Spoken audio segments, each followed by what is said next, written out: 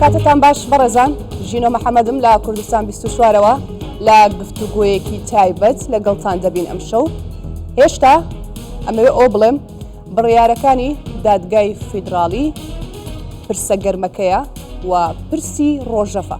بۆیە ئەم شەو لە دیبەیتێکی تایبەت شرۆڤەی زیاتری بڕیارەکانی دادگای فیدراڵی دەکەین و دەپرسین ئایا بڕیارەکانی دادگای فیدراڵی بەرامبەر هەرێمی کوردستان یاسایی و دەستورین یاخود سیاسین؟ ئەگەر یاسایی و دەستورین ئێخۆ هەرێمی کوردستان قوارەیەکی دەستوری و یاسایی و پێش دادگای فیدراڵی بوونی هەبوو. ئەگەر سیاسیە کەواتە دەبێ بپرسین ئێستا لە عێراقدا کێ حکوم دەکات؟ دادگای فیدراڵی یا حکوومەتەکەی سوودانی یاخود پەرلەمان؟ ئەمانە و چەندان پرسیاری دیکە ئاراستەی میوانەکانم دەکەم. هەریەک لە بەڕێزان دکتۆر سامان شاڵی شرۆڤەکاری سیاسی لە ستۆدیۆ لەگەڵمان ئامادەیە، هەروەها بەڕێز دکتۆر عادل باخەوان بەڕێوەبەری ناوەندی فەڕەنسی بۆ توێژینەوە لەسەر عێراق لە پاریسەوە لەگەڵمان دەبێت، هەروەها بەڕێز دکتۆر غازی فەیسەڵ بەڕێوەبەری سەنتەری عێراقی بۆ لێکۆڵینەوەی استراتیژی لە عەمانەوە لەگەڵم دەبێت. سوپاس بۆ میوانەکانمان بە خێراتنی هەموو لایەک دەکەم. سەرەتا لە دکتۆر سامانەوە دەست پێکەین. دکتۆر بەخێراتی. سوپاس بۆی کە ئامادەی لەگەڵمان. زۆر سوپاس لایش بۆ میانە بەڕێزەکان. زۆر سوپاس بۆ تۆش. وەکوتم هێشتا بڕیارەکانی دادگای فیدراڵی پرسێکی گەرمە. بالۆ دەست پێ بکەین بزانین ئایا بڕیارەکانی دادگای فیدراڵی لە تازەترین بڕیاریدا لە تژی پێکاتەکان لە هەرێمی کوردستان ئایا ئەم بڕیارە جێی شۆک و مەترسی بوو بۆ هەرێمی کوردستان و بۆ عێراق بە شێوەیەکی گشتی یاخود نەخێر دەکرێت ئاسایی وەری بگرین؟ با ئەوە بڵێن محکمەی ئیتیحادی ئێستا ئەو حکمی عێراقەکە نە سوڵتەی تەنفیزی نە تەشریعی. چاکشەکەی محکمەی ئیتیحادی حکمی عێراقەکە ئەو مەسەلەی هەڵوەشانەوەی کۆتاکان قەراریا بوو کە بەم شێوەیە چووکە ئەوە ئەجندایەک جێبەجێەکە کە سەرکردایەتەکەی با بڵێن ئێرانێکە و ئەمانەی ناوە جێبەجێ ئەکەن جەماعەتەکەی ئەوان.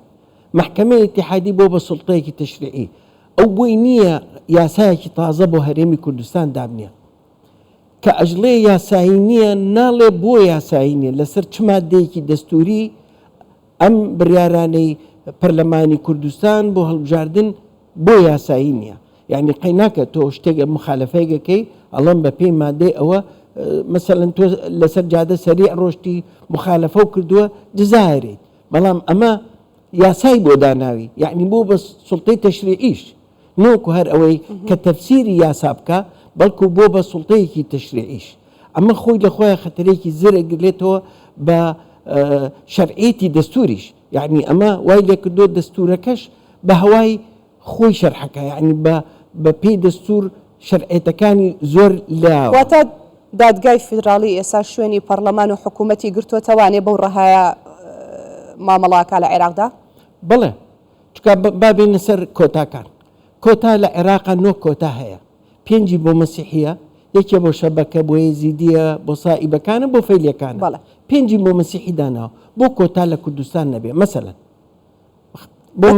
ئەگەر تورکمانەکان نایانەوێت، تورکمانەکان چکە وەکو خۆیان لەن 400 بۆ 500,000 کەسن ئەوان کۆتایان ناوێت وەلو ئەو داوایەکەن، بەڵام لە عێراقیشە کۆتایان ناونەتێ با لێرەش نەبێ. بەڵام مەسیحەکان ئەمە پێکەو ژیانی هەرێمی کوردستان تێگا، ئەو ڕسمە جوانەی کە هەرێمی کوردستان هەیە بووە لە دەرەوە لە وڵاتانی دەرەوە لە ناوە ئەو پێکەوە ژیانەی خاتە ژێر مەترسیدارەوە. ئەمە کارێکە هەنگاو بە هەنگاوە، کودەتایەکی هەنگاو بە هەنگاو بە نەرمی ئەیکەن لەسەر هەرێمی کوردستان بۆ ئەوەی دەسەڵاتەکانی سنووردار بکەن. زۆر باشە. گفتوگوی زیاترەکەی شای دەست پێکە با بچمە لای دکتۆر عادل. دکتۆر خۆشحاڵم جارێکی دیکە گفتوگۆکەین پێکەوە. وەڵا با هەر ئەو پرسیارە بکەم لە بەڕێزە چکە من و تۆ زۆر شرۆڤەی ئەم پرسەمان کردووە لە بەرنامەکانە. تۆ شۆک بووی بۆ بڕیارەی دادگای فیدراڵی یان چاوەڕێتە کرد؟ ئایا بە مەترسی بزانین ئەو بڕیارانە؟ باشی نۆخان زۆر خۆشحاڵ لەم بەرنامە بۆ جاری یەکەم لەگەڵ میوانی دەبینم. نا ئەبەد تووشی شۆفر نەبوو، مەرجێکی بابەتی لە ئارایە بۆ ئەوەی کە دادگای مامەڵە بکە. من بۆ بە کورتی و بە کورد پێم وایە دادگای فیدراڵی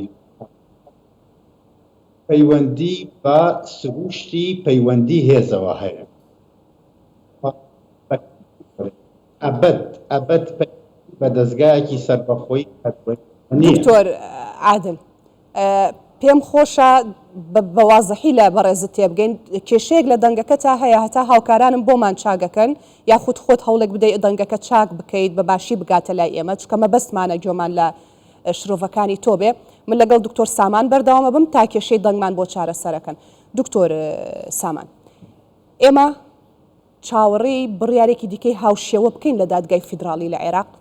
بەڵێ، بۆچی زۆر بەڕێگاوەیە. وەکو چی؟ ئێستا خەبەرێک هەیە کە مەسەلەن یەکێک لەوانە کە ئەیانەوێ ئەو کەسانەی کە ئێنە هەرێمی کوردستانەوە هینەکانیان هەڵوەشێنەوە ئیقامە کە پێڵن ئیقامە لەو هەوی شخصیە زانیاریە بۆ ئیبزانین چێ لە هەرێمەکە بۆ ئەمنێتی هەرێم بۆ ئیبزانین چێ لە هەرێمە چێ لە هەرێمانە ئەنوێ ئەوەش نەبێڵە ئێمە عێراقین بۆمان هەیە لە هەموو شوێنێک دانیشین کاتەس بێنێ بۆشیان هەیە خۆراکیش تحویلکەن چونکە ئەم کارتەی نیشتیمانێکە دروستکرا ئەبێ بە مرکزی کە مرکزیش بوو نەقلێکن واتە تۆڵی بە پلان ئیشەکەن بەڵێ هەنگاو بە هەنگاوشتی کەشیان بەڕێگاوەیە ئەمانە هەمووی مەترسیە تەماشای کە محکمەی ئیتیحادی کە بڕیاریە تەمعەن ئێمە زۆر پێخۆشحاڵین کە بڕیاریە ئیلزامی حکوومەتی مرکزی کرد کە موچەی فەرمانبەران بیات بە سوورەیەکی مباشر وایەوە نییە باشە بەڵام لە لایەکەوە ئیلزامی حکوومەتی هەرێمیشی کرد کە هەچی داهاتی نەوتی و غێری نەوتی تەسلیمکە سبێنە حکوومەتی مرکزی ئەڵێ با بڵێم حکوومەتی اتحادیبان ئەڵێ مرکزی داواکە ئەڵێ وەڵا ئەلتیزامیان نەکردو ئەوان یعنی خۆی ئەتوانێت خۆی بزیێتەوە خۆ دەزانی لەم چەند واتە هەرێمی خستۆتە ژێر پرسیارەوە بەڵێ هەرێمە خاتە ژێر پرسیاریشەوە و هەروەها شەرعیەتی لە مادەی 121 دەستور مادەی یەکەم کە ئەڵێ هەرێمی کوردستان سوڵتەی تەشریعی و تەنفیزی و هینی هەیە ئەوەشی خستۆتە ژێر مەتیسادارەوە. باش ئەگەر دکتۆر عادل باش ئەوە هاوکاران مەڵێن دەنگەکە باشە و بچۆرە لای دکتۆر عادل. دکتۆر پێم خۆشە شرۆڤەکانی دەست پێ بکەی وتمان ئایا ئەو بڕیارە تۆی تووشی شۆک کرد یاخود چاوەڕوان کراو بوو؟ ژینۆخان ببوورە چونکە من لە هەمان کاتا تەرجەمە عەرەبیەکەم پێگات و قسە کوردەکانی ئێوەشم پێگات بۆیە هەردووکیان تێکەڵ یەکە بن لای من بەداخەوە نە لە تۆ تێگەم نە لە عەرەبیەکەش ئەوەشمان بۆ چارەسەر بکەن بە ئەرگ نەبێ هاوکارانم چارەسەر بکەن جەنابەت بەباشی گوێت لە منە زۆر باش ئێستا فەرموو. ئۆکەی زۆر باشە ویستم بڵێم ئەبەد من تووشی شۆک نەبووم. بۆچی تووشی شۆک نەبووم؟ بە پێشەوانەوە ئەگەر وانە بواە تووشی شۆک ئەبووم لەبەرم خاڵانەی خوارەوە. خاڵی یەکەمیان دەستگای ئەو دەستگایی کە پێوترێت دادگای فیدراڵی لە عێراقا بە هیچ شێوەیە گوزارش لە دەستگا و موئەسسەیەکی سربەخۆ ناکات. نا پەیوەندی بە ئیدارەکردن و پێگەی تۆ لە ناو ئیدارەکردنی عەلاقاتی قوایە. ئەگەر پێگەی تۆ وەکو شیعە وەکو سوننە وەکو کورد حەیمەنە لەسەر کراو بوو ئەو کاتە ئەکەویتە بەر ساڕوخەکانی دادگای فیدراڵ. ئەگەر پێگەی تۆ لە ناو عەلاقاتی قوا پێگەیەکی حەیمەنەدار ئەو کاتە تۆ دادگای فیدراڵی ئەجۆڵێنی. دوو نمونەی سادت ئامە. نمونەی یەکەمیان بریتە لەوەی کاتێک لە 10 ئۆکتۆبەری 2021 هەڵبژاردن ئەکرێ لە عێراقا سێ پێگەی براوە و هەیمەنەدار لە ناو عەلاقاتی قووا ئەو عەلاقاتی قووی عێراقیە دروستە بن کە بریتێ لە پێگەی سەدر پێگەی پارتی لەگەڵ پێگەی حەلبوسیە. ئەم سیانە پێکەوە تحالفێک دروستەکەن کە پێوترێت تحالفی هەیمەنەدارەکان تحالفی براوەکان. دادگای فیدراڵی کاتێک دۆڕاوەکان کە هادی عامری و مالیکی و ئەوانەی تر برادرانی حەشتی شەعبی نوێنەرایەتیانە کرد ڕۆشتن بۆ دادگای فیدراڵی داوایان لە دادگای فیدراڵی کرد کە دان نەنێت بە دەرەنجامەکانی هەڵبژاردنە. بەڵام لەبەرەوەی دادگای فیدراڵی هەمیشە ملکەچی هەیمەنەدارەکان و براوەکان و ئەوانەیە کە کۆنتڕۆڵیان لە دەستایە و هێزیان لە دەستایە داوای دۆڕاوەکان کە بریتی بوو لە عامری و مالیکی و خەزعەلی ڕەت کردەوە و داواکەی پارتی دیموکراتی کوردستان و سەدر و حەلبوسی قبول کرد. بەڵام دوای ئەوەی کە سەدر ئەکشێتەوە ژینۆخان و دوای ئەوە سەدر حەلبوسی و بارزانی وەکو حوسەین لە دەشتی کەربەلایە بە تەنها بەجێ هێڵێ و دوای ئەوەی کە عەلاقاتی قووە ئەکەوێتە دەستی برادەرانی ئیتار ئەو کاتە محکەمەی فیدراڵی ئەبێ بەو چەکە بەهێزەی کە بە دەستی هەیمەنەدارەکانی ئیتارەوە بێ و هەیمەنەدارەکانی ئیتاریش کەواتە دکتۆر عادل آخر ڕستە هەیمەنەدارەکانی ئیتاریش ئەم چەکە بەهێزە بەکارێنن و داپلۆسینی کورد و سونە. باش باسی داپلۆسینی کورد و سوناکەی کەواتە ئەمە کۆتا بڕیاری دادگای فیدراڵی نابێت چاوەڕێی بڕیاری هاوشێوەی دیکە بکەین. ئەزانی چۆن ئەوە لە زمانی کوردیە ئەگەر کوردەکەم باش بێ پێی ئەوتێ بەرکوڵ ئەوەی کە تا ئێستا بووداوەتەنها بەرکوڵە سەرەتایەکە بیدایەتێکە بۆ ئەو زنجیرە دۆسیانەی کە دادگای فیدراڵی کە من بە زانیاریەوە پێتەڵم ئەمە شرۆڤە نییە ژینۆخان دادگای فیدراڵی کۆمەڵێک دۆسیی زۆر بەهێزی لە بەردەستایە لە بەرامبەر سونە و لە بەرامبەر کووردا هەر چرکەیەک ئیتار ویستی ئەو دۆسیانەی کە دۆسەی دراماتیکن لە بەرامبەر کورد و سونا بەکارێنێت. دەست خۆش دکتۆر عادلەوە دکتۆر سامانیش لێلەوە سەر لە قێنێواتە پاڵپشتی قسەکانتەکە با بچمە لای بەڕێز دکتۆر غازی لە عەمانەوە لەگەڵمانە. دکتۆر غازی سوپاس بۆی کە بەشداری لەگەڵمان لەم گفتوگۆ تایبەتە گرنگەدا. کەواتە با ئەو پرسیارە لە بەڕێزت بکەم ئێستا لە عێراق کێ حکوم دەکات چەکشی دادگای فیدراڵی یاخود پەرلەمان یاخود حکوومەتەکەی سوودانی هەردوو میوانەکەم دەڵێن چەکشی دادگای فیدراڵی حکوم دەکات ئایا هاوڕای لەگەڵیان یاخود دیدێکی جیاوازترت هەیە؟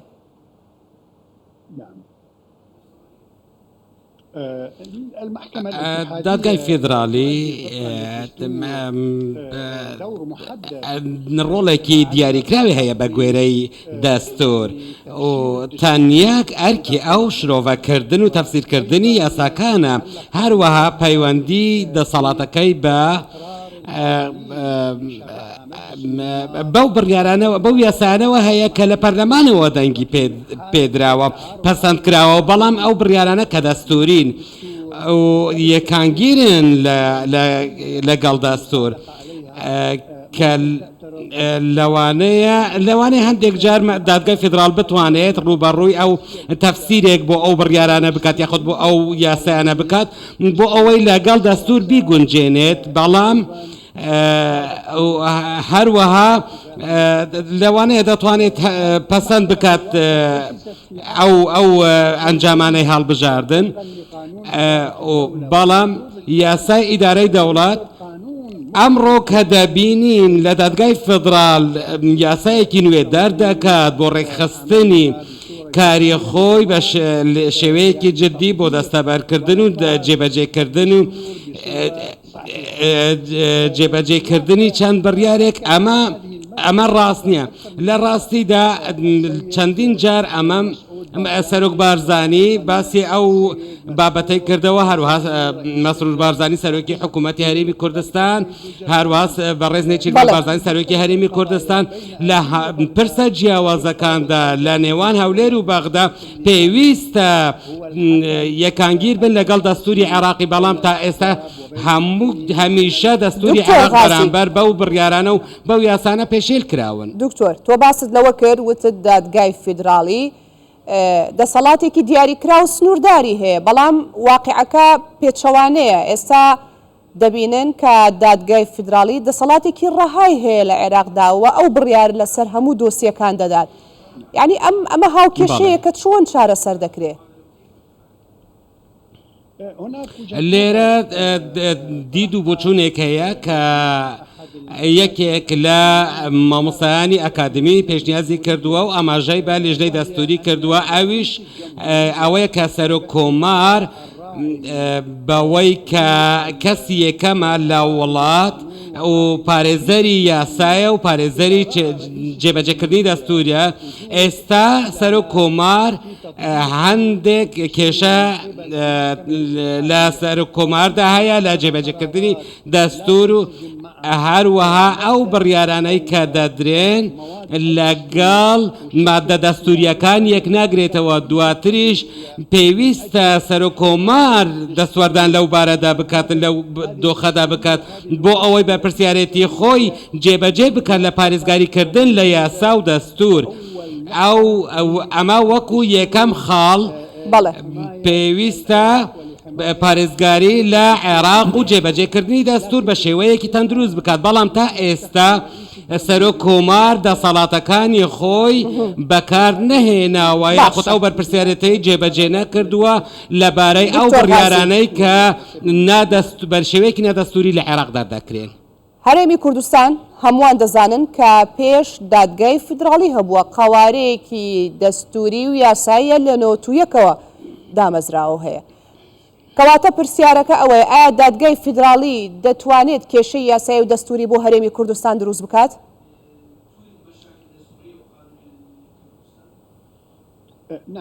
بەڵێ من لەگەڵ تۆ هاوڕام هەرێمی کوردستان لە ساڵی 1990ەوە دامەزراوە بەڵام بەو شێوەیە بە شێوەیەکی دەستوری بەڵکو ئەو هەرێمە بە شەرعیەتێکی سیاسی دروست بووە هەروەها بە شەرعیەتێکی عێراقی دروست بووە ئێمە تۆ هەر چۆنێک ناوی بنیت ئەمە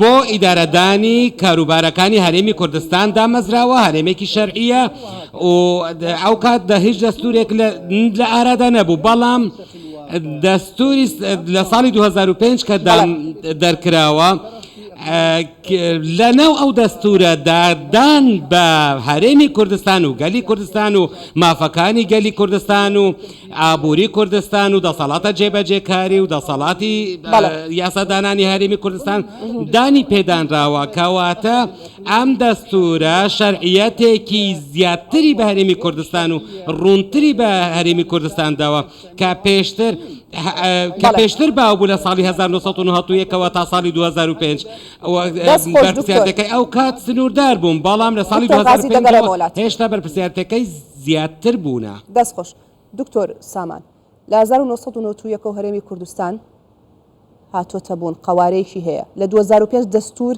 بە تەواوەتی ئاعترافی پێکردووە بەپێی دەستور و یاسا هەرێمی کوردستان قەوارەیەکی سەربەخۆیە بەڵام ئێستا دەبینین هەر بەپێی ئەو دەستور و یاسایە مەترسی بۆ دروست دەکرێت کەواتە دەستورەکە پێشێل کراوە یاساکە پێشێل کراوە ئایا بەم شێوەیە دەکرێت بەردەوام بێت؟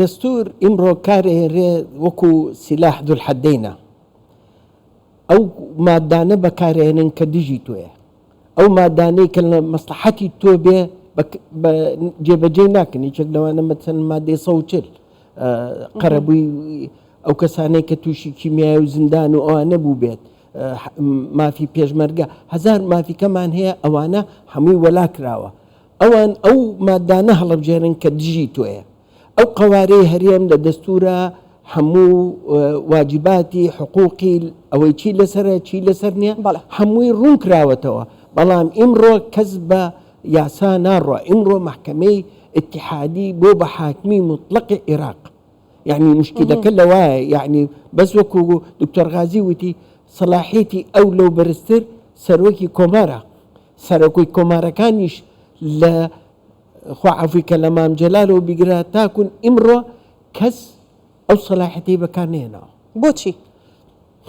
ئەوە ئەکەوێتەوە سەر خۆیان چونکە خۆیان تۆ شرۆڤەکارێکی سیاسی چۆنی دەبینی ئەم دەسەڵاتە بۆ بەکارنایە لە کاتێکا سەرۆک کۆمار وەرکەوتۆ پشکی کووردە پارێزەری دەستورە ئەبێ هەموو عێراقیەکان وەکو یەک سیرکە کاکە وەکو عێراقیەک سیرمانکە هەرێم وەکو کوردی خۆت مەخەرەوەی کە کوردی بەڵام وەکو حامی دەستور خۆبشانە ئەتوانی ڕێگا بگری بزانە چەند قەراری محکەمە دژی هەرێمی کوردستان درا هیچیان نەوت هیچ سەرۆک کۆمارێک ئەو قانونانەی کە ئێستادا ئەنرێ بۆ ئێمە کە محکەمەی چۆنەڵێ محکەمەی اتحادی فەرزێکا بەسەرمانە هەمووی دەرەوەی دەستورە باش کەواتە دەتوانین بڵین ئەوەی دادگای فیدراڵی بەرامبەر هەرێمی کوردستان دەیکا پەلاماردانە لە چوارچێوەی یاسا و دەستوردا بە ئەجەندایەک وەکوتم بە ئەجەندایەک ئیژەکە هەنگاو بە هەنگاو بە نەرمی سلسلەیەک وتم کاری کەش بەڕێگاوەیە مثالێکیشم مایتە و دکتۆر عادریش ئەویش ئیشارەتی پێکرد ئەمە شتێکی زۆر بەدواوەیەت ئەگەر ئێمە خۆمان نتوانین مشکلەکە لە خۆمانین پێشەوەی پەنجە بۆ کەس ڕاکێشین ماڵی خۆمانە ئەگەر ئێمە هەوڵ نەدەین بەڕاستی و بە جددی کار بکەین لەسەر ماڵی خۆمان ئەوان ئیسیفادایان لەوە کردووە و ڕۆژ بە ڕۆژ ئەم گەمارە راوە لە تورکیاوە لە ئێرانەوە لە بەغاوە لە هەموو لایەکەوە اینجا چاکشەکەی محکمەی اتحادیش بەسەرمانەوە. جا با ئەو خۆمانە دکتۆر عادل پێم خۆشە شرۆڤەی بک بۆمان. دکتۆر عادل جارێ بەر لەوەی بێمە سەر خۆمان کە مەبەستمان هێزولیانە سیاسەکانی هەرێمی کوردستانە، جارێ با بزانین بەو بڕیارانەی دادگای فیدراڵی هەرێمی کوردستان لە قاڵب دەدرێ یاخودنا؟ هەرێمی کوردستان دەمێکە لە قاڵب درراوە چۆن پێم خۆشە شرۆڤەیەکەی بۆمان مەبەست لەو شارانەیە کاکرێتە سەر هەرێمی کوردستان؟ لە دوای شکستی هاوپەیمانی سێقۆڵی نێوان سەدر بارزانی حەلبوسی و دوای ئەوەی کە سەدر لە پەرلەمان کشایەوە ئینعیزالی کرد، لەو کاتەوە تا ئێستا ڕۆژ لە دوای ڕۆژ بەغا هەوڵەدات هەرێمی دکتۆر عادل ئەمەی کە ئێستا ڕووەدا بەشێکی خەتای سەدر نییە کە گۆڕەپانەکەی چۆڵ کرد؟ تۆڵەسەدنەوەیە خۆی لە دوو ئاستایە. یەکەم تۆڵەسەدنەوەی ئیتارە لەو هاوپەیمانیە سێقۆڵیەی کە لە نێوان هەولێر و ئەمبار و نەجەفا ڕوویدا، ئەوە لەلایەکی تریش بمانەوێ و نەمانەوێ ئەو هەرێمی کوردستان بەو چوارچەوەی کە هەیە بۆ عێراقێکی سنترال و مرکزی قوت نادرێت. پرسیارە سەرەکیەکەی تۆ ژینۆخان ئەوەیە ئایا لە عێراقا هێزێکی سیاسی هەیە باوەڕی بە فیدراڵی هەبێ؟ وەڵامەکە نەخێر، وەڵامەکە نەخێر. لە عێراقا فیدراڵ بەڵام دکتۆر دەستور فیدراڵیە، پاشگەز بوونەتەوە لەو فیدراڵێتە؟ دەست هەموو شتێک لە عێراقا ژینۆخان، هەموو شتێک لە عێراقا تەنها مڕەکەبی سەر وەرەقەیە و تەنها دینامیکێک کە عێراق ئەبا بەڕێوە بریتە لە هێز، یا هێزی اقتصادی یا هێزی سەربازی یا هەردووکیان بەیەکەوە. هەر هێزێک لە هەر هێزێکی سیاسی لە عێراقا ئەگەر بێت و ئەم دوو هێزەی بەیەکەوە نەبێت، هێزی ئابووری و هێزی سەربازی بە دڵنیاییەوە ئەخرێتە دەرەوەی معادلەکە. باشترین بەڵگەش بدەمێت بەڕێز محەممەد حەلبوسی شەرعیەتی پەرلەمانی هەیە، شەرعیەتی جەماوەری هەیە، شەرعیەتی سیاسی هەیە، شەرعیەتی دیپلۆماسی هەیە، شەرعیەتی نێودەوڵەتی هەیە، بەڵام لەبەر ئەوەی شەرعیەتی سەربازی نییە، برادرانی ئیتار زۆر بە ئاسانی لە شەو ڕۆژەکە توانیان بیکەنە دەرەوەی یاریەکە و ئێستاش کە زیندانی نەکراوە لەبەر هەندێک معادلاتە. ئەوە بۆ تارق هاشمیش پێشتر ڕاستە هەرێمی کوردستان بمانەوێ و نەمانەوێ. واتە دکتۆر دەبێت سوپاسیان کا و مەمنون بێ کە زیندانی نەکراوەک و تارق هاشمی حەلبوسی؟ ئیتار ئەیتوانی محەممەد حەلبوسی یاوەکو تارق هاشمی ناچار بکات بە ژیان لە منفا لە نێوان ئیستانبوڵ و دەوحەیە، یاخود ئەیتوانی بیکاتە زیندانەوە بەلایکەمەوە بۆ 15 ساڵ. بەڵام کە نەیان کردووە لەبەرەوەی کۆمەڵێک حساب و کتابی بەتابەتی کۆماری ئیسلامی ئێران لەسەر عێراقەیە وای کردووە کە حەلبوسی تا لە ئێستاە لەو قۆناغی بەرزەخا بژی کە تایەتی. ئەوە خاڵێکی تریش بۆ وەڵامدانەوەی پرسیارەکە حەز دەکەم وەڵامی پرسیارەکەت بەجددی بدەمەوە. بەڵێ هەرێمی کوردستانی 2023 هەرێمی کوردستانی 2022 نییە، هەرێمی کوردستانی 2022 هەرێمی کوردستانی 2021 نییە و هەروها ئەتوانم ساڵ لە دوای ساڵ بێمە خوارەوە لەبەر یەک خاڵی زۆر سادە. خاڵەکەش ئەوەیە کە لە دوای ڕیفراندۆمی سەربەخۆیی هەرێمی کوردستانەوە هەتاوەکو ئێستا هەرێمی کوردستان نەیتوانیوە ئەو پێگەیەی کە هەی بووە بەدەستی بێنێتەوە بە یەک ڕستە پێتەڵەم و کۆتایی پێ. لە بۆ کۆمەلگای هەرێمی کوردستان بە بڕیارێکی عراقی دروست نەبووە و هەرێمی کوردستان تەنانەت بە بڕیارێکی کوردیش دروست نەبووە. هەرێمی کوردستان تەنها بە بڕیارێکی کۆمەلگای نێودەوڵەتی دروست بووە لە نەوە. دکتۆر عادل منیش هەرویستم لەسەر ئەوە پرسیار بکەم، هەرو کۆمەلگا نێودەوڵەتیە کە پاڵپشتی هەرێمی کوردستان و پاراستنی قەوارەی هەرێمی کوردستان و ئارامی هەرێمی کوردستان دەکەن لە چوارچێوەی عێراقدا، هەرو کۆمەلگا نێودەوڵەتیە کە بەڕێزە داماژەت پێ کرد. گرفتەکە لەوایە بۆ هەرێمی کوردستان کۆمەلگای نێودەوڵەتی گۆڕانکاری بەسەرا هاتووە سەبارەت بە هەرێمی کوردستان. چۆن دەستە بژێری هەرێمی کوردستان ئەبێت تێبگەن لەوەی کە لە 91-92 کاتێک کۆمەلگای نێودەوڵەتی هەرێمی کوردستان دروست ئەکا بەتایبەتی ئەو خەتەی کە نایەڵێت قەتی سەوز کە نایڵێ ئیتر سەدام حوسێن بێتە پێشەوە، لەبەرەوە هەرێمی کوردستان ئەکتەر بوو، فاعیل بوو لەسەر ساحەی سیاسی.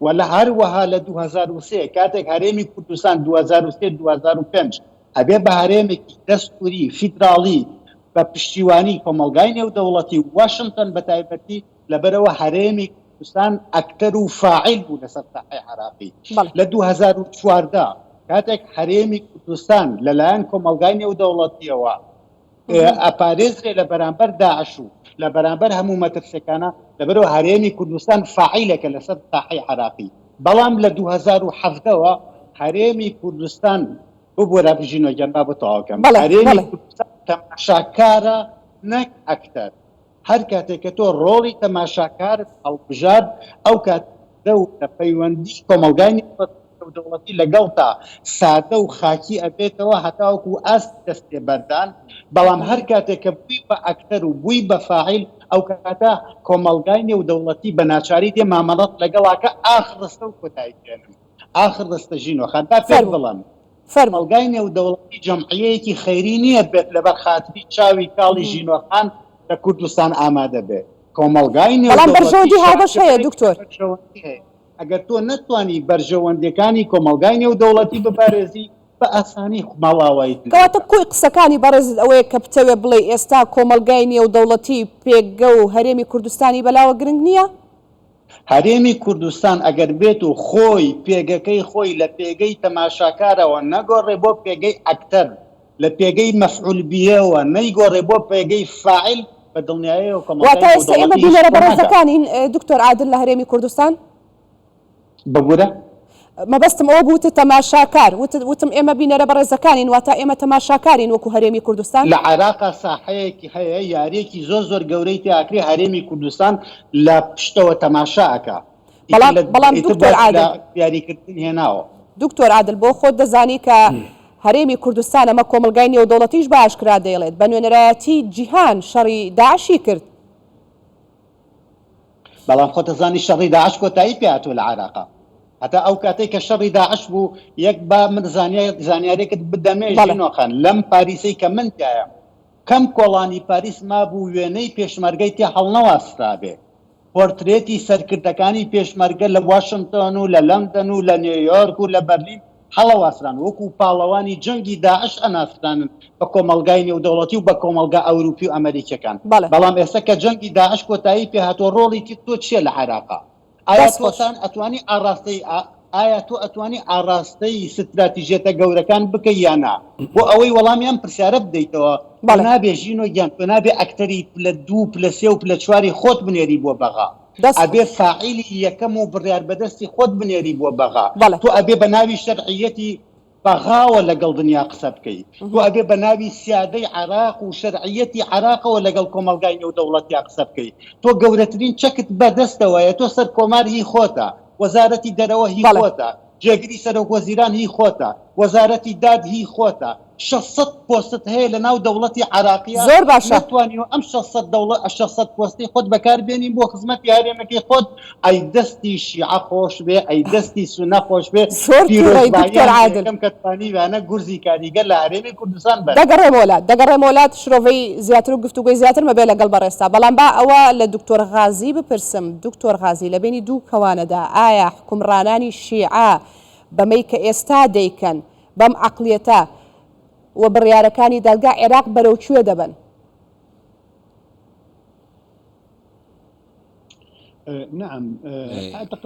من پێم وایە کە بەداخەوە لێرەدا ژمارەیەک لە سەرکردەی حزبی هەن سەرکردەی شیعی بە تایبەت هەروەها گروپە چەکدارەکانیش ئەوان باوەڕیان بەو دەستورە نییە لەسەر ئەوان داوای گۆڕینی ئەو دەستورە دەکەن و لەوانەیە لە کاتەکانی داهاتوودا یاخود لە ساڵانی داهاتوودا ویلایەتی فەقیه لە عێراق ڕابگەێنن و باوەڕیان بە پلاتفۆرمەکانی خۆیان و نووسراوەکانی خۆیان تیۆری ویلایەتی فەقیه هەبێت ئەمەش کێشەیەکی زۆر گەورەیە هەروەها لێرەدا ئەوەی کە باوەڕی بەو دەستورە نییە ئەوانن کە لە ڕێزی سەرکردە سیاسیەکانی ئێستان و ئەم دەستورەی کە ئەوان لێ پاشگەز بوونەتەوانێ هیچ بۆمبێکی تایە بۆ شیعەکان؟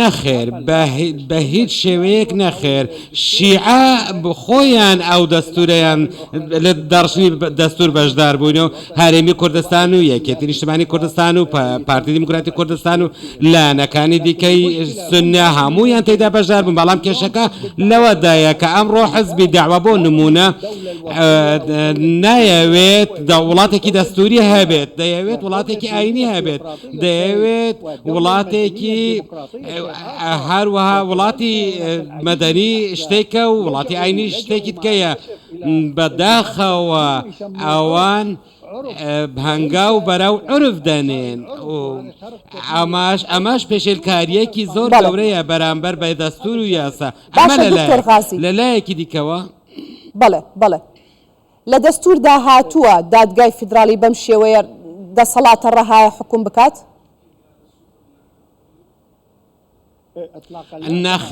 نەخێر وەک پێشتر باسم کرد سەرۆ کۆمار بە گوێرەی بنەما سەرەکیەکانی دەستور پێویستە سەرۆ کۆمار پارێزەری یەکەمی دەستور بێت و پارێزەری سیستەمی فیدرالیەت و دەستوریەت بێت و هەروەها لەو چوارچێوەشدا چەندین ڕاوێژکار لە دەوری کۆبوونەتەوە بۆ پارێزگاریکردن دادگای فیدرالیا خۆت لایەنەکانی دیکە ئەوان دەتوانن لەو حاڵەتەدا سەرۆکۆمار دەتوانێت دەستبەردان بکە لێرەدا خەڵێکی گرنگ هەیە کە دەستور لە مادەکانی دا جەختی لە جێبەجێکردنی یاساکان کردوێتەوە بۆ ئەوەی ئەو مادانە جێبەجێ بکرێن لێرەدا زیاتر لە 50 یاسا لە ماوەی 20 ساڵی ڕابردوودا جێبەجێ نەکراون لێرەدا کێشەیەک هەیە کێشە بۆ نمونە یاسای نەوت و غاز ئەگەر یاسای نەوت و غاز دەرکرابایە لە کاتی خۆیدا ئاوا ئێمە ئەمڕۆ ڕوبەڕووی ئەم کێشانە نەدەبووینەوە لە نێوان هەولێر و بەغدا هەروەها بیرمان دێتەوە کە ڕێککەوتنی نێوان بەڕێز مەسعود بارزانی و بەسڕ بارزانی محەممەد شیح سوودانی لەبارەی کێشەکانی نێوان هەولێر و بەغدا کێشەی شنگالە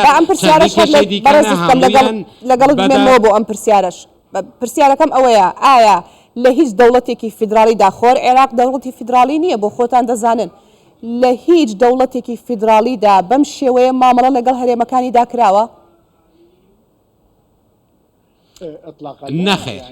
نەخێر بە شێوەیەکی ڕەها دەتوانم بڵێم نەخێر چونکە ئێستا ئێمە مالیزیامان هەیە هەندستانمان هەیە ئەمریکامان هەیە هەمویان نمونەی فیدرالیەتن و کۆماری فیدرالین لە جنێف سویسرا ئەڵمانیا بەریتانیا رووسیا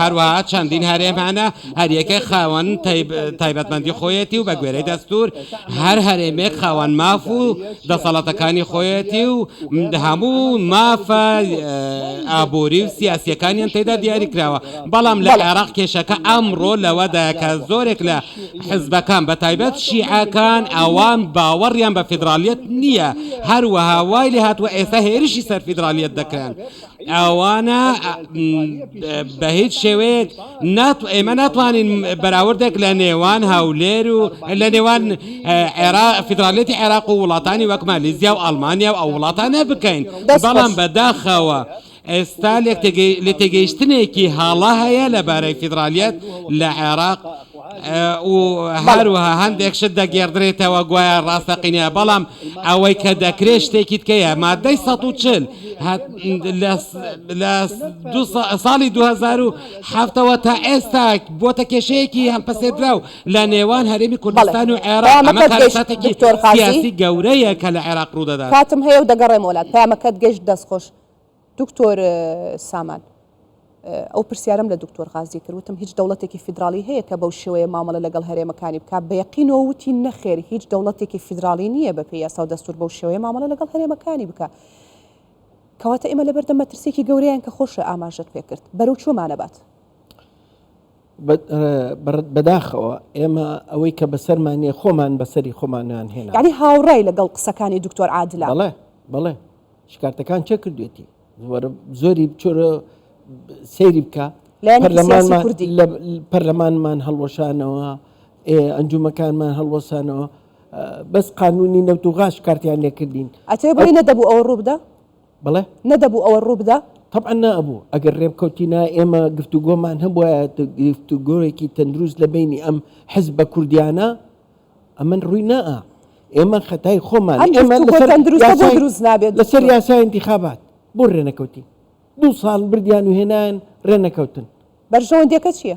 برژەندەیەکرد لەسەر کۆتاتێک چوون بەحساب یان چوار بازنەی یان یەک بازنەی ئەم حزب بەم شێوەیە ئەویست حزبەکەی تر بە شێوەیەکی کێتەویست آخر بۆ مستحەتەکە لە چوایە بۆ عێراق لە عانی انتخاباتی بیستویەکە هەولێری کرد بە نازام 12 بوو 15 بازنە هەر هەولێر بۆ قبولتان کرد ئەی ئێستا بۆ قبولی ناکەم بیکەم بە 4 بازنە یان 5 بازنە مەسەلەیش کارتەکەی ساکەیەکێتی ئەڵە ئێمە نەمان و تۆ کۆتانەمێنێ ڕاستەکە ئەوان بۆ ئەوە نەکراوە ئەوان ئینتیزاریان نەکرد کۆتاکە تەوزیع بێت 5 وەرگن و ئەمانی 6 وەرگن و لە بینی خۆیانە بەڵام ئێستا کە لە بنی هەمانەکە یا یاسایەکی تازەی بۆ دروستکردن محکەمەی اتحادی هەمویانی تووشی بڵێ بەشێک لە کێشەکان خۆڵەکە خۆمان کردمان بەسەری خۆمان بەشێکی ئەساسی نۆک و کەم باشە بابێمەوە سەر بڕیارەکانی دادگای فیدراڵی دکتۆر سامان زۆر ئەم پرسیارم کردووە و زۆری شرۆڤە کراوە بەڵام گرنگە بیکەمەوە کە بۆی شرۆڤەی بەڕێزیشە بزانم ئایا بڕیارەکانی دادگای فیدراڵی بڕیاری خۆیەتی یا ئەجندایەکی دەرەکی لە پشتەوەی و بۆی هاتووە ئەم بڕیارانە من لە پێشەوە وتم پێم خۆشە بەڕوونی پێ بەڕوونی ئەڵام بە وتم ئەمە دەزوەردانێکە دەزوەردانی ئێرانە بە تایبەتی دەوڵەت ئەقلیمیەکانە و ئێران ئیدارەی ئەمەکە باسی جەماعەتەکەی بەرژەوەندەکە چییە؟ بەرژەوەندەکەی ئەوەیە کە هەرێمی کوردستان چونکە هەر هەرێمی کوردستان جگە با بڵێن هەولێر و دهۆکی بەدەستەوەیە زیاتر لە خەتەرەکەی کەمترە لە سلێمانی بۆ ئەوەی سەیتەڕەی تەواوی هەبێ بەسەر عێراقا ئەو هیلالی شیعە دروستکە ئێمە بووین بە بربەست لە بەردەمیا ئەوە مەبەستەکە بەس هەرێم ماوە مەبەستە ئەوەیە؟ بەڵێ ئەجین چۆی بێدە هەمووی بەدەستەوەیە سنەیە ئەوە دەنگیان نییەوە ڕۆژ بە ڕۆژ تێک بکەن وەکو حەلبوسی وەکو دکتۆر باخەوان بەحسی کرد ئەوانی ترە واتە ئێمەش بووین بە بەشێک لەوان گریمان هەرێمیش بوو بە بەشێک لەو بازنەیە ئیتر کێشەمان نامێنێ ئەگەر کێشەکە تر بە هەوەسی خۆی چی بەسەر هەسپێنێت تۆ ئەتر کەس نامێنێ و تۆ هێلکەکانیشێ لە پشتیوانەکانی پشتەکەیتە غەرب کەواتە پشتەکەیتە هەموو دۆستەکانت بۆ ئەوە و عێراقیش ئەمریکا بە قەناعەتی من ڕاستە مەسالیح لەسەر مەسالیحیژەکە و بینیشمان لە زۆر شوێن چۆتە دەرەوە یعنی حکومڕانی لە عێراقدا بەلاڕێدا براوە دەمێکە خۆ ئێستا تازە نییە ئێستا مەسەلەن ئەوەشم بۆ ڕوونکەیتەوە سوپاس دەکەم طبعا ئێستا چونکە حکومەکە بەدەستچێوەیە حکومەکە خۆ بەدەست بە شیعی مەسەن شیع سوودانی قەیس قەزعەلی ئەڵێ مدیر عامە لە ئێمە ئەینێرن بۆ افتتاحی مەشاریع پیشانی ئەنێرن وەکو بکە شوشەیەک ئەینێرن بۆ ئەم شەو بۆ ئەو شوێنە ئێمە سەرۆک وەزیرانی عێراق نەیبینین؟ نا طبعا ئەوان ئەمری پێکەن اینجا ئەتوانیش بکە بۆ ئەتوانێ ئەو قەرارێ با خۆی قەرارێ با چەند جار هات ڕێکەوت کە چۆ بەغا نەیتوانی لای ئەوان تەقیە هەیە قانونی تەقیە یعنی وعدشی پێم نەشی کەم عیب نییە لای ئەوان لای ئێمە مشکلەی ئێمەیە کە ئێمە سنە قسەیەکمان کرد التیزامی پێوەکەین ئەوە لای ئەوان نییە التیزام بە قسە ناکرێت چەند ئیتیفاقی تەوقیع کرا چەند شت ئیمزا کرا لەگەڵیانە هیچی هەمووی فەرموولە نەوتا ئیمزا کرا لە بوجا ئیمزا کرا زانە چیان کرد بەسەرمان لە بوجا من حەزەکەم یەک ئاماژە بە شتێ بکەم بە کورتی پێم بڵێ بۆی بچمە لای دکتۆر عادل ئەم محکەمەی اتحادیە هەیئەی هەڵبژاردننی کوردستانی هەڵۆشانەوە کە هەڵبژاردن و ئیستیفتاکە بۆ لەبەر ئەوە نییە کە ناتوانێت هەرێمی کوردستان چووکە چەند هەڵبژاردنێکی بەڕێگاوە بەسەرکەوتی بەڵام نۆکو لەبەر ئەوەی وەختیشی نەماوە بەس وتی نۆکو هەر بۆ ئەم دەورەیەوە دەورات القادمە هەرم دەورێژ نییە بۆ ئەوەی جارێککە ئیستیفتا نەکا هەڵبژاردن و ئیستیفتا ئێستا لە بەغایە ئیتر تۆ ئەوە قەزەکە لەوە زیاتر تەرکیزە کە تۆ نەتوانی خۆت ئیستیفتا بکەیت دەستخۆش دکتۆر عادل دکتۆر سامان باسی لەوە کرد وتی حکومڕانی لە عێراقدا بەلاڕێدا براوە ئەو مەترسیانێکی ئێستا لەسەر هەرێمی کوردستانە دەیانێت هەرێمی کوردستانیش ببێت بە بەشێک لەو بازنەی کە ئێستا شیعەگەرایی یاخود شیعە ڕۆڵی تێدا دەگەڕێ و دەسەڵاتی هەیە پرسیارەکەی من ئەوەیە بۆ خۆتان دەزانن کە سەرۆکی حکوومەتی هەرێمی کوردستان چەندین جار قیادەی کوردی ئەمەیان دووبارە کردوتەوە کە ئێمە هەرێمی کوردستان نابێتە مەترسی و بەشێک نین لەو مەترسی و ئاڵنگاریانێ بۆ سەر هیچ وڵاتێکی دراوسێمان. ئێکەواتە بۆچی وا بەرامبەر هەرێمی کوردستان بکرێت؟ شێوازێکی زۆر گەورە هەیە لە نێوان ئەوەی کە بە گوتار ئەیڵێن ئەوەشی کە لە پراکتیکا ڕوو ئەدات. ژینۆخان تو ئەبێ بزانی ئێستا لە ڕۆژهەڵاتی ناوەڕاستە دوو پۆلی جیۆپۆلیتیکی گەورەت بۆ دروست بووە. پۆلێکت بۆ دروست بووە کە ئێران سەرکردایەتیەکە، پۆلێکیشت بۆ دروست بووە کە ئەمریکا سەرکردایەتیەکە. هاوپەیمانەکانی ئێران ڕوونن وەکو دەوڵەت چی وەکو ئەوەی کە پێی ئەوترێ میحوەری مقاومە. عراق بەشێکە لە میحوەری مقاومە لە ناو ستراتیژێتی جیۆپۆلیتیکی ئێرانیە. عێراق چ سوودێک لە میحوەری مقاومە ئابینێ دکتۆر عادل؟ ئەخرە و پرسیارەی تۆ کاتێک مانای هەیە کە عراق بوونێکی سەربەخۆی هەبێ. عراق بوونی سەربەخۆی نییە هەتاوەکو ئەو پرسیارە بکرێت. پرسیارەکە کاتێک ئەکرێ بۆ نمونە ئێستا قەتەریەکان ئەتوانن ئەو پرسیارە بکەن، سعودیەکان ئەتوانن ئەو پرسیارە بکەن، بەڵام تەنانەت کویتیەکان ئەتوانن ئەو پرسیارە بکەن، تەنانەت بەحرەینیەکانیش کە 300-400 هزار کەسن ئەتوانن ئەو پرسیارە بکەن. بەڵام عێراق بەڵام عێراق بۆ نەتوانێت ئەو پرسیارە بکات دکتۆر عادل؟ عێراق ناتوانێت ئەو پرسیارە بکات چونکە عێراق کیانێکی سربەخۆی سیادی و سەروەری نییە. عێراق بڕیاری خۆی لە دەستی خۆیان نییە.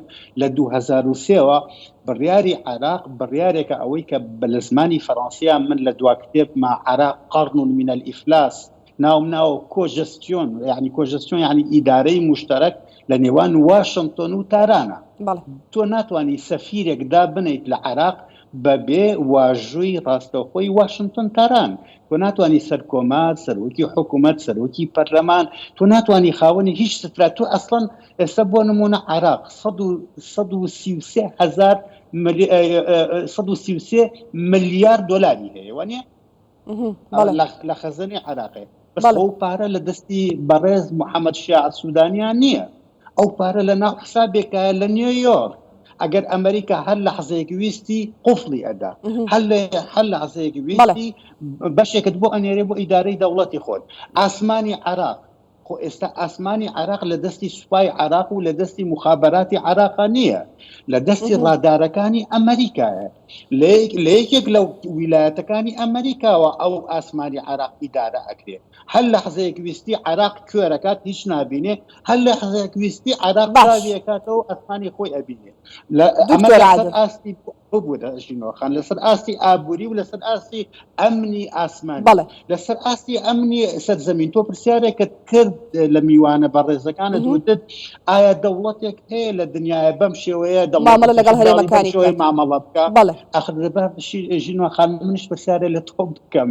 لە هەموو کەونا دەوڵەتێکی فیدراڵیت هەیە 80 میلیشایی هەبێ، 80 ڕێکخراوی میلیشایی هەبێ، دەوڵەتێکت هەیە سەرۆک وەزیرانەکەی لە ڕێکخراوێک بپارڕێتەوە بڵێ پەلاماری سەفارەت مەدەن، پەلاماری سەفارەت. دەوڵەتێکی فیدراڵیت هەیە کە داعشی هەبێ، دەوڵەتێکی فیدراڵیت هەیە. باش دکتۆر عادل پەیامەکەت گەیشت. پرسیارێکی گرنگم هەیە بە قسەیەکی دکتۆر غازیە پێم خۆشە بۆت بگوازمەوە. باسی لەوە کرد کە سەرۆک کۆمار کووردە، پارێزەری دەستورە بۆ خۆتان دەزانن. باشە بۆ هەڵوێستەیەک نانوێنێ لەم دۆخەدانی دۆخێک لەمە قورستر بەرامبەر هەرێمی کوردستان؟ باوەڕ ناکەم ئیدی لەمە قورستر هەبێت، وەکو ئێوە ئاماژەشتان پێکرد هەیە، بەڵام بۆی پەل نەکێشێ بۆ قورستر. بۆ سەرۆک کۆمار هەڵوێستەیەک نانوێنێت؟ ئەزانی چۆن پرسیارەکەی جەنابەت لە شوێنی خۆیەتی، بەڵام پرسیارەکە بۆ منە یا بۆ دکتۆر غازی؟ بۆ تۆ دکتۆر غازی پاڵپشتی ئەوەی کرد دەبێت سەرۆک کۆمار هەڵوێستەیەک بنوێنێ، قسەی هەبێ، پارێزەری دەستورە. پێم خۆشە جواب بیتەوە تۆ. من ئەزانی چۆن من پرسیارەکەی تۆ فراوانترەکەم.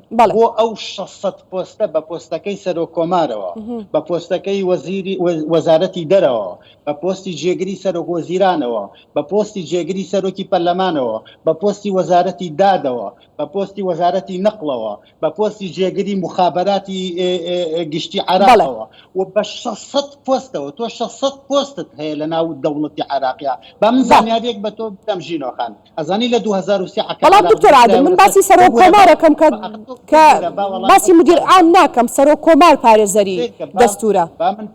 با من وەڵامی پرسیارەکەی سەرۆکۆمارت بدەمەوە کە عێراق لە 2023 بیناکرا لە 150 پۆستەکان بۆ شیعەدانراوە، لە 125 بۆ سوننا، لە 120 بۆ کورد، لە 105 بۆ کەمینەکان. تۆ لەم لە 120 پرسیارەکەی تۆ لەسەر کۆمارە من ئەڵێ ئەمە ئێمە تاوانێکەکەین بە تەنها پرسیارەکە ئاڕاستی سەرۆکۆمار بکەین، ئەبێ پرسیارەکە لەو 120 لە پۆست بکەین لە پێش هەمووشانەوە بێگومان سەرۆکۆمار. سەرۆکۆمار ئەگەر بێت و تاوانێک بەرامبەر سوننەکرا ئەبێت چونکە حامی دەستور ئەبێ قسە بکە، ئەگەر تاوانێک بەرامبەر شیعەکرا ئەبێت قسە بکە، ئەگەر تاوانێ بەرامبەر کردوێتی دکتۆر. بەڵام گرفتەکە لە چیایە؟ گرفتەکە لە وایە ژینۆ خان با من بە شێوەیەکی بابەتی وەڵام بدەم بە کورتی سوپاس دەکەم. سەرۆکۆمار ناتوانێت قسە بکە چونکە سەرۆکۆمار، چونکە وەزیری دەرەوە، چونکە هەموو وەزارەتەکانی تر ئەو پێگەی کورد ئێستا لە ناو سیستمی ئیدارەی عێراقا پێگەیەکی هەژمون لەسەر کراوە. تۆ ئەگەر بێت و ئەم پێگە لە هەژمون لەسەر کراوە نەکەی بە هەژمون دار لە هەیمەنە لەسەر کراوە نەکەی بە هەیمەنە لەسەر کراو، ئەگەر بێت و نەک سەرۆکۆمار بەیانی سەرۆک وەزیرانیشت هەبێ وەکو بەڕێز دکتۆر شاڵی باسی کرد ئەو کاتە بە مدیرە عامێک باست ئەکەن. دەست خۆش پەیامەکەت گەیشت دکتۆر عادل. ببوورە ئاخرستا ئەمێ بڵێم تەنها پێگەکە نییە دەستنیش پێگەی سەرۆک کۆمار یا پێگەی سەرۆک حکوومەت نییە کە دەستنیشانی ئاڕاستەکانەکە، بەڵکو ئەو هێزە سەربازی و ئابووری و سیاسی و جیۆپۆلیتیکەی تۆیە کە بەو پێگەی ئەدەی چەند ئەمە لاوازبێ ئەوەنش پێگەکە لاوازە بێت. پەیامەکەت گەیشت دکتۆر غازی. عێراق بەرەو مەرکەزیەت هەنگاو دەنێت و پشت لە دەستور دەکات، ئەم قسەی ڕاستە؟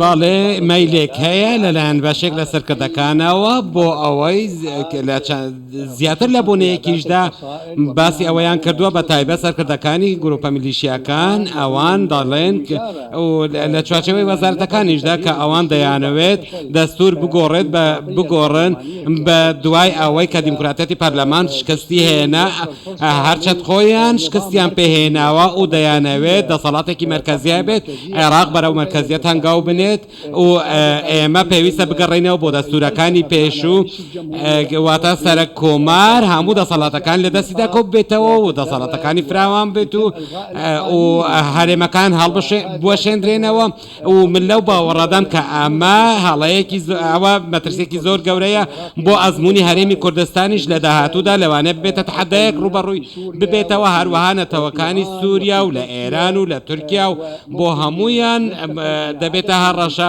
چونکە زۆرێکیان دەیانەوێت چاو لە ئەزمموی هەرێمی کوردستان بکەن و هەروەها ئەمازیغ لە مەغربی عەرەبی و لە جەزایر و لە تونس و لە لیبیا و لە خاوەن مورکی تایبەتی کۆمەڵایەتی و نەتەوەی خۆیان هەروەها ئەوان پێویستە هەوڵەکانیان بۆ چارەسەرکردنی کێشەی فرەجۆری تەرخان بکەن. بەڵام من لەو باوەڕەدام ئەوان دەیانەوێت من هەرچەند من پێم ئەستەمە کە جارێکی کە ئەوان بتوانن بگەڕێنەوە بۆ دەسەڵاتێکی مەرکەزی چونکە دەستوری سیاسی عێراقی پێویستە ئێمە پارێزگاری لە سیستەمی دیموکراتی فێدراڵی بکەین و پێویستە ئێمە لە نێوان باڵانسی کۆمەڵاتی فرەپێکەتایی پەیامەکەت گەیشت. سوپاس. دکتۆر سامان دەستکەوتەکان لە هەرێمی کوردستان بۆ تەمەترسی بۆ چواردەورمان چکە ئێمە یەکێک لەوانەیە کە شانازی پێوەکەین لە هەرێمی کوردستان دەستکەوتەکانە کە خەباتێکی زۆری بۆ کراوە لە ڕابردوودا خەباتی چەکداری و خوێنی داوە لە دوای چەکداریەوە بۆتە خەباتی سیاسی. طبعا خۆیان ئەوە بە مەترسی ئەزانن چونکە ئەوان مقارنەی ئەو پارەی کە لە لای ئەوان هەیە و سەیری شارەکانی ئەوانەکەیت ئەوە وەزعەکانە بەڵام ئستا مشکلەکە هاتۆتە ناو ئێمەوە ئەمە بوەستێنە ئەم عەجەلەی پێشکەوتنەی کە هەیە لە هەرێمە اقتصادیەن محارەبەی تۆ کراوە ئیمڕۆ حکوومەتی عێراق و چی ئەگەر پەرلەمان بێ ئەگەر حکوومەت بێ ئەو محکەمەی اتحادیش بێ هەرچێکی بە زۆرینە و کەمی ناکرێت یعنی بڕیارەکان بە زۆرینە و کەمی ناکرێت لەبەر ئەوە تۆ هیچی پێ ناکرێت بەرامبەر ئەم زۆرینە و کەمینە لە وەختێکا شتێکی پێکرێ کە تۆ یەکبی من هیوادارم ئەم دوو حیزبە پارتی و یەکێتی بە زووترین کات کۆبنەوە لەسەر ئەم بڕیارانەی محکەمەی ئیتیحادی بزانن هەنگاوی تازە چییە چووکە سەرۆک وەزیران وتی ئیمڕۆ لە خیتابەکە کە وتی ئێمە ئەو بڕیارە بە وردی ئەخوێنینەوە و اینجا هەڵویستی خۆمانە بێ بەڵام ئەو هەڵوەستە ئەبێ پێکەوە بێت. دەستخۆش. دکتۆر عادل بە کورتی هاوڕای لەگەڵ قسەکانی دکتۆر سامان زۆر بە کورتی سوپاس دەکەم. بورەژین وەخانن وەکو پێویست گوێم لە قسەکانی دکتۆر سامان و دکتۆر غازی نییە. دکتۆر عادل با بن پرسیارەکەت بۆ دووبارەکەمەوە. دەستکەوتەکان لە هەرێمی کوردستان بوونەتە مەترسی بۆ سەر وڵاتانی دراوسێ بۆ عێراق؟ بۆ سەر وڵاتانی دراوسێ ناخێر بە پێشەوانەوە هەرێمی کوردستان لە 20 ساڵی ڕابردووە سلمان دوێتی بۆ تورکیا و بۆ ئێران کە گەرانتی یەکەمی ئەمنی قەومی ئێرانی و گەرانتی یەکەمی ئەمنی قەومی تورکیە. بەڵام لە یادەوەری دەستەجەمعی عێراقیەکانە هەرێمی کوردستان لە زاخۆوە بۆ تەوێڵا وەکو خەنجەرێکی ژەهراوی لە پشتی سیادەی عێراقی بینن. دەستخۆش. زۆر سپاس بۆ هەریەک لە بەڕێزان دکتۆر سامان شاڵیش ڕۆڤەکاری سیاسی کە لە ستۆدیۆ لەگەڵمان ئامادەبووی، هەروەها بەڕێز دکتۆر عادل باخەوان بەڕێوەبەری ناوەندی فەڕەنسی بۆ توێژینەوە لەسەر عێراق لە پاریسەوە لەگەڵمان بووی. سپاس دکتۆر عادل. هەروەها بەڕێز دکتۆر غازی فەیسەڵ بەڕێوەبەری سەنتەری عێراقی بۆ لێکۆڵینەوەی استراتیژی لە عەمانەوە. گەلێک سپاس دکتۆر غازی بۆ بەڕێزیشتان. گفتوگۆ تایبەتەمان کۆتایی هات. ئێوە شاد و کامەران بن.